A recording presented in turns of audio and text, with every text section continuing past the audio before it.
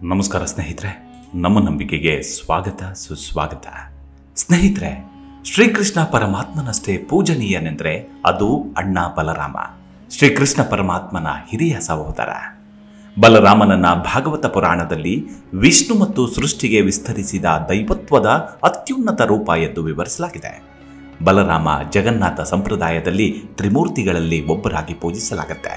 ಬಲರಾಮನಿಗೆ ಹಳಧರ, ಹಲಾಯುಧ, ಬಲದೇವ, ಬಲಭದ್ರ, ಸಂಕರ್ಷಣ ಎಂಬ ಹೆಸರುಗಳು ಇವೆ. ವೈಷ್ಣವರ ಪ್ರಕಾರ ಬಲರಾಮ ವಿಷ್ಣುವಿನ 9ನೇ ಅವತಾರ. ಸರ್ಪ ಆದಿಶೇಷನ ಅವತಾರವಾಗಿಯೂ ಪರಿಗಣಿಸಲಾಗುತ್ತೆ. ಭಾಗವತ ಪುರಾಣದ ಪ್ರಕಾರ ಕೃಷ್ಣನೇ ವಿಶ್ವದ ಮೂಲ. ಈ ಪ್ರಕಾರ ಕೃಷ್ಣನ ಮೊದಲ ಅವತಾರವೇ ಬಲರಾಮ. ಬಲರಾಮನಿಂದ ಇತರ ಅವತಾರಗಳು ಹುಟ್ಟಿದವು ಎಂದು ಉಲ್ಲೇಖಿಸುತ್ತೆ. ಜಯದೇವನ ಗೀತ ಗೋವಿಂದದಲ್ಲಿ ಬಲರಾಮನೇ ವಿಷ್ಣುವಿನ 8ನೇ ಅವತಾರವೆಂದು ವಿವರಿಸುತ್ತೆ. ಬನ್ನಿ, ಹಾಗಿದ್ರೆ ಇವತ್ತಿನ ಎಪಿಸೋಡ್ನಲ್ಲಿ ಬಲರಾಮ ಹುಟ್ಟಿನ ಕುರಿತಾದ ನಾನಾ ಕುತೂಹಲಭರಿತ ಪೌರಾಣಿಕ ಕಥೆಯನ್ನ ತಿಳಿದುಕೊಳ್ಳೋಣ. ಅದಕ್ಕೂ ಮುನ್ನ ನಮ್ಮ ನಂಬಿಕೆಗೆ ನಿಮ್ಮ ಬೆಂಬಲವಿರಲಿ. ಸ್ನೇಹಿತರೆ, ಒಂದು ರಾತ್ರಿ ಕಂಸನಿಗೆ ಕೆಟ್ಟ ಕನಸು ಬಿತ್ತು. ಇದ್ದಕ್ಕಿದ್ದಂತೆ ಕಿರುಚಿಕೊಂಡು ಎದ್ದ ಕಂಸ. ಹಾಸಿಗೆಯಿಂದ ಎದ್ದಾಗ ಉಸಿರೇ ಇಲ್ಲ. ಅಂಗಾಂಗಗಳು ಥರಥರ ನಡುಗುತ್ತಿದ್ವು. ತಾನು ಬದುಕಿರುವುದನ್ನ ಕಂಡು ಅವನಿಗೆ ಅಚ್ಚರಿಯಾಯಿತು. ಆ ಕನಸಿನಲ್ಲಿ ಕಂಡದ್ದೇನೆಂದ್ರೆ, ಕೈಯಲ್ಲಿ ಖಡ್ಗ ಹಿಡಿದು ದೇವಕಿಯ ಹೆರಿಗೆ ಮನೆಯನ್ನ ಹೊಕ್ಕ ಕಂಸ. ದೇವಕಿ 2 ಮಕ್ಕಳನ್ನ ಹೆತ್ತಿದ್ದಾಳೆ. 2 ಚುರುಕಾಗಿ ಕಾಲು ಬಡಿಯುತ್ತಿದ್ದಾರೆ. 8ನೇ ಮಗು ಮೈ ತುಂಬಿಕೊಂಡು ನೀಲ ಕಮಲದ ಹಾಗೆ ಪುಷ್ಟವಾಗಿ ಗಳಿಗೆ ಗಳಿಗೆಗೂ ದೊಡ್ಡದಾಗಿ ಬೆಳೆಯುತ್ತಿದೆ. ಕತ್ತಿ ಹಿಡಿದ ಕಂಸನ ಕೈ ಕಲ್ಲಾಗಿ ಹೋಗಿ ತನ್ನ ಕಣ್ಣನ್ನೇ ತಾನು ನಂಬಲಿಲ್ಲ. ಪ್ರಕಾಶಮಾನವಾದ ಸುಂದರ ಮುಖ, ತಲೆಯ ಮೇಲೆ ಕಿರೀಟ, ಕೈಯಲ್ಲಿ ಚಕ್ರ. ಆ ಹುಡುಗ ಚಕ್ರವನ್ನ ತನ್ನ ಕಡೆಗೆ ಎಸೆದಾಗ ಕಂಸ ಬಾಯಿ ಮುಚ್ಚಿ ನಿಂತಿದ್ದ. ಆ ಚಕ್ರವು ತನ್ನ ಕಡೆಗೆ ಬಂದು ತನ್ನ ತಲೆಯನ್ನ ಕತ್ತರಿಸಿತು. ತನ್ನ ತಲೆ ನೆಲದ ಮೇಲೆ ಉರುಳಿ ಬಿತ್ತು. ನೆತ್ತರಿನ ಮಡುವಿನಲ್ಲಿ ಬಿದ್ದಿದ್ದ ದೇಹವನ್ನ ತಾನೇ ಕಣ್ಣಾರೆ ನೋಡಿದ ಕಂಸ. ಜೊತೆಗೆ ಆ ಹುಡುಗ ನಗುನಗುತ್ತಾ ನಿಂತಿದ್ದಂತೆ ಕನಸು ಕಂಡ. ಗಡಿಬಿಡಿಯಲ್ಲಿ ಎದ್ದವನೇ ಪೂತನಿಗೆ ಹೇಳಿ ಕಳುಹಿಸಿದ. ಪ್ರದ್ಯೋತನ ಪ್ರಚಂಡ ಹೆಂಡತಿ, ಆಕೆ ದೇವಕಿಯನ್ನ ಕಾವಲು ಕಾಯ್ತಿದ್ದ ಪ್ರಹರಿಗಳಲ್ಲಿ ಮುಖ್ಯ ಪ್ರದೋತನ ಹೆಂಡತಿ. ಅವಳೇ ಕಂಸನಿಗೆ ಆಪ್ತ ಮಂತ್ರಿ. ತನಗೆ ಬಿದ್ದ ಕನಸನ್ನ ಅವಳಿಗೆ ಹೇಳಿದ ಕಂಸ. ದೇವಕಿಗೆ ದಿನ ತುಂಬಿದೆಯೇ, ಹೆರಿಗೆ ಸಮೀಪಿಸುತ್ತಿದೆ, ತಿಳಿದುಕೊಂಡು ಬಾ ಎಂದು ಪೂತನೆಗೆ ಅಪ್ಪಣೆ ಮಾಡಿದ. ಆಕೆ ಹೋಗಿ ವಿಚಾರಿಸಿಕೊಂಡು ಬಂದಳು. ದೇವಕಿಗೆ ಹೆರಿಗೆ ಆಗಲು ಕನಿಷ್ಠ ಪಕ್ಷ ಇನ್ನೂ 1 ತಿಂಗಳಾದರೂ ಬೇಕು ಎಂದಳು. ಅಬ್ಬಾ ಎಂದು ಸಮಾಧಾನದ ನಿಟ್ಟುಸಿರು ಬಿಟ್ಟ ಕಂಸ. ಹೀಗೆ ಕಾರಾಗೃಹದಲ್ಲಿಯೇ 10 ದಿನ ವಸುದೇವ ದೇವಕಿಯರು ಭಗವಂತನ ಧ್ಯಾನ ಮಾಡಿದ್ರು. ಭಗವಂತ ಮಾತು ಕೊಟ್ಟಿದ್ದಾರೆ, ಅದನ್ನ ನಡೆಸಿಕೊಡುವ ಕೆಲಸ ಅವನದೇ. ವ್ಯಾಸರ ಮಾತು ಫಲಿಸಿಯೇ ತೀರುತ್ತದೆಂದು ದೇವಕಿಗೆ ನಂಬಿಕೆ. ಬಹಳ ಸಂತೋಷದಿಂದ ಇದ್ದಳು. ವಸುದೇವ ದೇವಕಿಯರು ದಿನದಿನವೂ ತಮ್ಮ ಸಂಕಟವನ್ನ ಹೇಗೆ ಭಕ್ತಿ ಶ್ರದ್ಧೆಗಳಿಂದ ಎದುರಿಸುತ್ತಿದ್ದರೋ ಅದನ್ನ ಅರಮನೆಯ ಕಾವಲುಗಾರರು ನೋಡ್ತಿದ್ರು. ಅವರ ಹೃದಯಗಳು ಕರಗಿದ್ವು.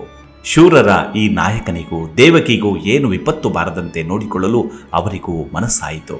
ವ್ಯಾಸರ ಭವಿಷ್ಯ ವಚನವನ್ನ ಅವರು ಕೇಳಿದ್ರು. ಉದ್ಧಾರಕನ ಅವತಾರ ಆಗುತ್ತದೆಂದು ನಂಬಿದ್ದ ಅಕ್ರೂರನ ಶ್ರದ್ಧೆಯನ್ನು ಬಲ್ಲರು. ಬೇಗ ಬರಲಿ ಉದ್ಧಾರಕ ಎಂದು ಅವರು ಒಳಗೊಳಗೆ ಬಯಸತೊಡಗಿದ್ರು. ನಂದ ಮಧುರೆಯನ್ನ ಬಿಟ್ಟು ಹೊರಟು ಹೋದ. 10 ದಿನಕ್ಕೆ ಮಧ್ಯರಾತ್ರಿಯಲ್ಲಿ ಮೆಲ್ಲನೆ ವಸುದೇವ ದೇವಕಿಯರಿದ್ದ ಅರಮನೆಯ ಘಟ್ಟದ ಬಳಿಗೆ ಕಳ್ಳತನದಲ್ಲಿ ಬಂತು ಒಂದು ದೋಣಿ. ಅದರಲ್ಲಿದ್ದ 3ರಲ್ಲಿ ಒಬ್ಬನ ಕೈಯಲ್ಲಿ ಒಂದು ಗಂಟಿತ್ತು. ಅವರು ದೋಣಿಯಿಂದ ಕೆಳಗಿಳಿದ್ರು. ಸಾಧಾರಣವಾಗಿ ವಸುದೇವನ ಜೊತೆಯಲ್ಲೇ ಇರುತ್ತಿದ್ದ ಅಕ್ರೂರ ಘಟ್ಟದ ಮೆಟ್ಟಿಲು ಇಳಿದು ಬಂದ ಗರ್ಗಾಚಾರ್ಯರೊಡನೆ. ವೃಷ್ಟಿ ವಂಶಲಲಾಮ, ಇದೋ ಬಂದಿದ್ದೇನೆ ಎಂದ ಆ ತರುಣ. ಅಕ್ರೂರ ಮಾತನಾಡಲಿಲ್ಲ. ಪ್ರಶ್ನೆ ಕೇಳುವಂತೆ ಅವರ ಕೈಯಲ್ಲಿದ್ದ ಗಂಟಿನ ಕಡೆ ಕೈ ಮಾಡಿದ. ಹೌದು, ಹೊಟ್ಟೆಯಲ್ಲೇ ಸತ್ತು ಹುಟ್ಟಿದ್ದ ಒಂದು ಮಗು ಇತ್ತು. ಹತ್ತಿರದಲ್ಲಿ ಕಾವಲಿದ್ದ 2 ಕಾವಲುಗಾರರು ಅಲ್ಲಿಗೆ ಬಂದರು. ಅಕ್ರೂರ ಅವರ ಕಿವಿಯಲ್ಲಿ ಹೇಳಿದ, ರಾಜಕುಮಾರಿ ದೇವಕಿಯ ಪ್ರಾಣ ಉಳಿಸಲು ಮಂತ್ರಜಪ ಮಾಡಲು ಈ ಬ್ರಾಹ್ಮಣ ತರುಣನನ್ನ ಗರ್ಗಾಚಾರ್ಯರು ಕರೆಸಿದ್ದಾರೆ. ಹೋಗಿ ಕಂಸನಿಗೆ ಹೇಳಿ ಬನ್ನಿ, ದೇವಕಿಗೆ ಹೆರಿಗೆಯ ಹೊತ್ತು ಸಮೀಪಿಸಿದೆ ಎಂದಾಗ ಕಾವಲುಗಾರರು ಬೆರಗಾಗಿ ಸಂಶಯದಿಂದ ನೋಡತೊಡಗಿದ್ರು.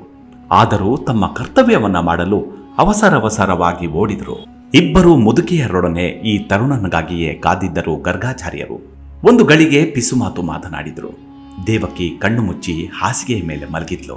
ಅವಳ ಕೈ ಪಕ್ಕದಲ್ಲೇ ಕೂತಿದ್ದ ವಸುದೇವನ ಕೈಯಲ್ಲಿತ್ತು. ಸೂಲಗಿತ್ತಿಯರಲ್ಲಿ ಒಬ್ಬಳ ಜೊತೆಯಲ್ಲಿ ಒಳಗಿನ ಕೊಠಡಿಗೆ ಹೋಗುವಂತೆ ಗರ್ಗಾಚಾರ್ಯರು ದೇವಕಿಗೆ ಸನ್ನೆ ಮಾಡಿದ್ರು. ದೇವಕಿಯ ತಲೆಯ ಮೇಲೆ ಕೈಯಿಟ್ಟು, ಕಂದ, ದೇವರು ನಿನಗೆ ಶಕ್ತಿಯನ್ನು ಕೊಡಲಿ ಎಂದರು ಗರ್ಗಾಚಾರ್ಯರು. ಗುರುದೇವ, ಚಿಂತಿಸಬೇಡಿ, ಬೆಂಕಿಯಲ್ಲಿ ಬೇಕಾದರೂ ಹಾಯುತ್ತೇನೆ, ನನಗೇನೂ ಆಗುವುದಿಲ್ಲ ಎಂದಳು ದೇವಕಿ ಮಂದಹಾಸ ಬೀರುತ್ತಾ. 2 ದಿನಗಳಿಂದಲೂ 1000 ಹೆಡೆಯ ಆದಿಶೇಷನೇ ನನ್ನನ್ನು ಕಾಪಾಡುತ್ತಿದ್ದಾನೆ ಎನಿಸುತ್ತಿದೆ ಎಂದು ಗುರುವಿಗೂ ವಸುದೇವನಿಗೂ ಪಾದಕ್ಕೆರಗಿ ಕೈ ಮುಗಿದು ಮುದುಕಿಯರೊಡನೆ ಒಳಕ್ಕೆ ಹೋದಳು ದೇವಕಿ. ಆ ಗಂಟನ್ನ ಮುದುಕಿಯರಲ್ಲಿ ಒಬ್ಬಳಿಗೆ ಕೊಟ್ಟ ಆ ತರುಣ. ಸ್ವಲ್ಪ ಹೊತ್ತು ಎಲ್ಲರೂ ನಿಶಬ್ದ. ಆಮೇಲೆ ದೇವಕಿಯ ಆಕ್ರಂದನದ ಧ್ವನಿ, ಅವಳ ಚೀರಾಟ ಹೆಚ್ಚಿತ್ತು. ಆಮೇಲೆ ಒಮ್ಮೆಲೆ ಕಿಟಾರನೆ ಕಿರುಚಿಕೊಂಡಳು. ಮತ್ತೆ ಅಳು. ಗರ್ಗಾಚಾರ್ಯರು, ಅಕ್ರೂರ, ಆ ತರುಣ ಹೊರಗೆ ಕಾದು ನಿಂತಿದ್ರು. ಆಮೇಲೆ ಹೊಸದಾಗಿ ಹುಟ್ಟಿದ ಬಲವಾದ ಚುರುಕಾದ ಮಗುವಿನ ಕೀರಲು ಅಳುವಿನ ಧ್ವನಿ ಕೇಳಿಸ್ತು. ಸ್ವಲ್ಪ ಹೊತ್ತು ಮಗುವಿನ ಅಳು ನಿಂತಿತ್ತು. ಗಂಡಸರು ನಿಂತಿದ್ದಲ್ಲಿಗೆ ಒಬ್ಬ ಮುದುಕಿ ಬಂದ್ಲು. ಗಂಡು ಮಗು, ಒಳ್ಳೆ ಗಡಸು. ಆ ಮುದುಕಿಯ ಬಚ್ಚು ಬಾಯಿಯಲ್ಲಿ ಸಂತೋಷದ ವಿಲಕ್ಷಣ ನಗೆ ಕಾಣುತ್ತಿತ್ತು. ಬನ್ನಿ ಬನ್ನಿ ನೋಡಿ ಎಂದು ಕೂಗುತ್ತಾಳೆ ಆ ಮುದುಕಿ. ಗಂಡಸರು ಮೆಲ್ಲಗೆ ಹೆಜ್ಜೆ ಇಡುತ್ತಾ ಕೊಠಡಿಯ ಒಳಗೆ ಹೋಗಿ ಬಾಗಿಲಿನಿಂದ ಇಣುಕಿ ನೋಡ್ತಾರೆ. ಮಸುಕು ಮಸುಕು ಬೆಳಕಿನ ಆ ಕೊಠಡಿಯಲ್ಲಿ ಬಳಲಿದ್ದ ದೇವಕಿ ಮಲಗಿದ್ಲು. ಅವಳ ಮಗ್ಗುಲಲ್ಲಿ ಮಗು ಗಟ್ಟಿಮುಟ್ಟು, ಅಷ್ಟು ತಿಂಗಳಿಗೆ ಪೂರಾ ಬೆಳೆದದ್ದು, ಧಾರಾಳವಾಗಿ ಹಾಲು ಕುಡಿಯುತ್ತಿತ್ತು. ಆ ವೇಳೆಗೆ ಅಯ್ಯೋ, ಹೊತ್ತು ಕಳೆಯಬಾರದು, ಕಾವಲುಗಾರರು ಕಂಸನಿಗೆ ಹೇಳಲು ಹೋಗಿದ್ದಾರೆ, ಯಾವ ಗಳಿಗೆಯಲ್ಲಿ ಬಂದು ಬಿಡುತ್ತಾರೋ ಎಂದ ಅಕ್ರೂರ. ದೇವಕಿ ಆಗ ಸರಿಯಾಗಿ ಮುಗುಳು ನಗೆ ಬಿದ್ದಿದ್ಲು. ಬನ್ನಿ ಎನ್ನುತ್ತಾ ಮಗುವನ್ನ ಅಪ್ಪಿಕೊಂಡು ಆಮೇಲೆ ಆ ಮುದುಕಿಯರಲ್ಲಿ ಒಬ್ಬಳಿಗೆ ಅದನ್ನ ತೆಗೆದುಕೊಂಡು ಹೋಗುವಂತೆ ಸನ್ನೆ ಮಾಡಿ ಕಣ್ಣನ್ನ ಒರೆಸಿಕೊಂಡಳು. ಮುದುಕಿ ಮಗುವನ್ನ ಎತ್ತಿಕೊಂಡು ಮೈ ತೊಳೆದು ನೆಲದ ಮೇಲೆ ಮಲಗಿಸ್ತಾಳೆ. ಮಗು ಮತ್ತೆ ಗಟ್ಟಿಯಾಗಿ ಅಳುತ್ತಿತ್ತು. ಗರ್ಗಾಚಾರ್ಯರು ಅದನ್ನ ಎತ್ತಿಕೊಂಡು ಮಂತ್ರಪೂರ್ವಕ ಅದರ ಕುತ್ತಿಗೆಗೆ ಕರಿಯ ದಾರವನ್ನ ಕಟ್ಟಿದ್ರು. ಏನು ಹೆಸರಿಡೋಣ ಎಂದು ಗರ್ಗಾಚಾರ್ಯರು ಕೇಳಿದ್ರು. ಧೀರೆಯಾದ ತನ್ನ ಪುಟ್ಟ ಪತ್ನಿಯ ಕಡೆ ಮೆಚ್ಚುಗೆಯಿಂದ ನೋಡುತ್ತಾ ವಸುದೇವ ಪ್ರೀತಿಯಿಂದ ಕೇಳಿದ, ನಿನ್ನ ಬಯಕೆ ಏನು? ತುಂಬಾ ಬಲವಾಗಿದ್ದಾನೆ, ಬಲ ಎನ್ನಿ ಎಂದಳು ದೇವಕಿ. ಅದಕ್ಕೆ ಗುರುದೇವರು ಏನೆನ್ನುತ್ತಾರೋ ಎಂದ ವಸುದೇವ. ನಾನು ಸಂಕರ್ಷಣ ಎನ್ನುತ್ತೇನೆ, ಇವನು ಹುಟ್ಟಲಿಲ್ಲ, ಹೊರಕ್ಕೆ ಎಳೆದಾಗ ಬಂದವನು ಎಂದು ಗರ್ಗಾಚಾರ್ಯರು ಮಂದಹಾಸ ಬೀರಿದರು. ವಸುದೇವ ಮಗುವನ್ನ ಗರ್ಗಾಚಾರ್ಯರಿಂದ ತೆಗೆದುಕೊಂಡು ಪ್ರೀತಿಯಿಂದ ಎದೆಗಪ್ಪಿಕೊಂಡು ಆ ತರುಣನಿಗೆ ಕೊಟ್ಟ. ಒಡನೆಯೇ ಅವನು ಅಕ್ರೂರನು ಜೊತೆಯಲ್ಲಿ ಹೊರಟು ಹೋದರು. ಕಾವಲುಗಾರರು ಕಂಸನ ಅರಮನೆಗೆ ಓಡಿದ್ರು. ದೇವಕಿಯ ಹೆರಿಗೆಯ ಸುದ್ದಿ ತಿಳಿಯುವುದು ಸ್ವಲ್ಪ ತಡವಾದರೆ ಸಾವೇ ಗತಿ. ಒಬ್ಬರಿಂದೊಬ್ಬರಿಗೆ ಕಾವಲುಗಾರರಲ್ಲೇ ಸುದ್ದಿ ಹರಡಿತು. ಓಹೋ, ದೇವಕಿಗೆ ಹೆರಿಗೆ! ಕಾವಲುಗಾರರ ಮುಖಂಡ ಪ್ರದ್ಯೋತ ಹಾಸಿಗೆಯಿಂದ ದಿಗ್ಗನೆದ್ದು ಕಂಸನ ಬಳಿಗೆ ಓಡಿ ಬಂದು ಹೇಳಿದ, ಪ್ರಭು, ರಾಜಕುಮಾರಿ ದೇವಕಿಗೆ ಹೆರಿಗೆಯ ಬೇನೆ ಪ್ರಾರಂಭವಾಗಿದೆ ಎಂದಾಗ ಕೆಟ್ಟ ಕನಸಿನಿಂದ ಎದ್ದವನಂತೆ ಕಂಸ ಎದ್ದು ಕಣ್ಣು ಹೊಸಕಿ ಕತ್ತಿ ಸೆಳೆದು ರಥವನ್ನ ತರಲು ಅಪ್ಪಣೆ ಮಾಡಿದ. ಕಾವಲುಗಾರರ ಮುಖಂಡನಿಗೆ ಅವನ ಹೆಂಡತಿ ಪೂತನೆಯನ್ನ ಕರೆತರಲು ಹೇಳಿದ. ಭಯಂಕರ ಕ್ರೌರ್ಯವೊಂದು ಮೂಡಿತ್ತು ಅವನ ಮುಖದಲ್ಲಿ. ಜೊತೆಯಲ್ಲೇ ದೇವಕಿಗೆ ಅವಳಿ ಜವಳಿ ಮಕ್ಕಳಾದವೋ ಏನೋ ಎಂಬ ಭಯವೂ ಪೀಡಿಸಿತ್ತು. ಕಳೆದ 10 ದಿನಗಳ ಕನಸಿನಲ್ಲಿ ಕಂಡದ್ದು ಇನ್ನೂ ಮರೆಯಲಾಗಲಿಲ್ಲ ಆತನಿಗೆ.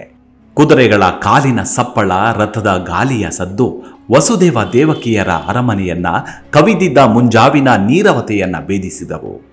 ಕಂಸ, ಅವನ ಹಿಂದೆ ಪ್ರದ್ಯೋತ ಪೂತನೆಯರು ಅರಮನೆಯನ್ನ ಹೊಕ್ಕಾಗ ಅವರನ್ನ ಬರಮಾಡಿಕೊಳ್ಳಲು ಗರ್ಗಾಚಾರ್ಯರು, ವಸುದೇವರು ಸಿದ್ಧವಾಗಿ ನಿಂತಿದ್ರು.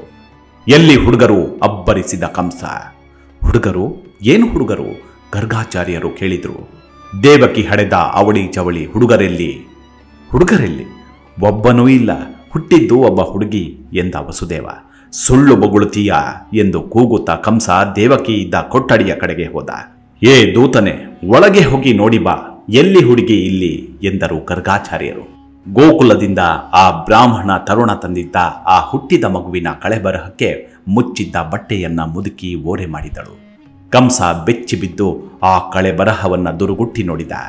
ಕನಸಿನಿಂದ ಎದ್ದವನೇ ಪೂತನೆಯನ್ನ, ಕಾವಲುಗಾರರ ಮುಖಂಡ ಪ್ರದ್ಯೋತನನ್ನು ಕೂಗಿದ. ಈ ಮನೆಯ ಮೂಲೆ ಮೂಲೆಯನ್ನು ಹುಡುಕಿ ಇದರಲ್ಲಿ ಏನೋ ಮೋಸವಿದೆ. ಮೂಲೆ ಮೂಲೆಯನ್ನು ಹುಡುಕಿದ್ರು ಬರೀ ವ್ಯರ್ಥ.